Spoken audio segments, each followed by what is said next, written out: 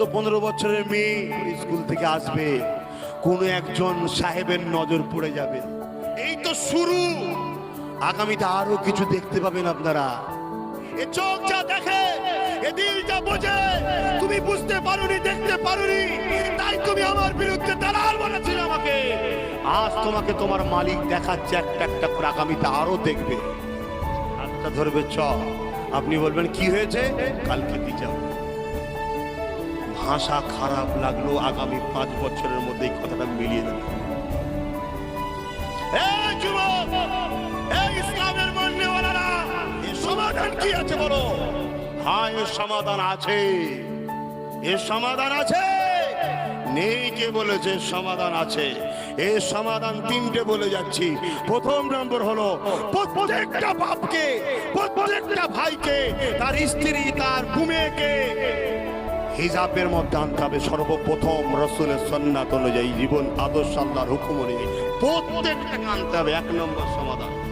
দ্বিতীয় নম্বর সমাধান হলো এটা, দ্বিতীয় নম্বর সমাধান হলো এটা, আমাদেরকে ভাবতে হবে যে আমার দেশের গণতন্ত্রের বিরুদ্ধে বলে মাথা তুলে থাকে, আমি গণতন্ত্রের অধিকার নিয়ে আমার স্বাধীন চাইতাও মাথা তুলতে পারিনি কেন? কোন পাওয়ারে ও বলে, কোন পাওয়ার ওর পাশে আছে, সেই পাওয়ারের জায়গায় আমাদেরকে দখল করতে হবে। 3 নম্বর কথা হলো এটাই, সমাজে মুসলমানদের নেতৃত্ব বা লিডার দিবার অভাব নেই। তোমাকে দেখতে হবে কে ঠান্ডা ঘরে বসে টাকা লেনদেন করে, আর কে সত্যি দিল থেকে লড়াই করছে। যে লড়াই করছে তার পিছনে দাঁড়িয়ে এই বাংলায় এবং ভারতে ইনকিলাব পয়দা করতে হবে। সজাগ করছে এই পশুদেরকে, একটুখানি সাইজ করার সময় এসেছে।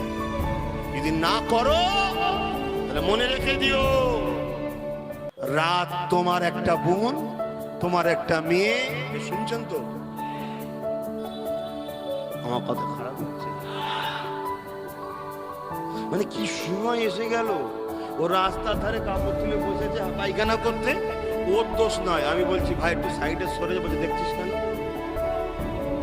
বুঝতে পারছেন, ওপেন বসেছে, দোষ নয়। আর আমি বলি ওপেন বসে দেখলি কেন? মানে সেই সময় এসে গেছে।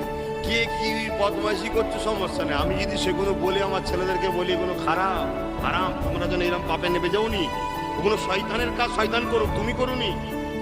আমি বলছি সব বলবে কেন? এরকম কেউ বলার খদ্দের আছে নাকি? হ্যাঁ,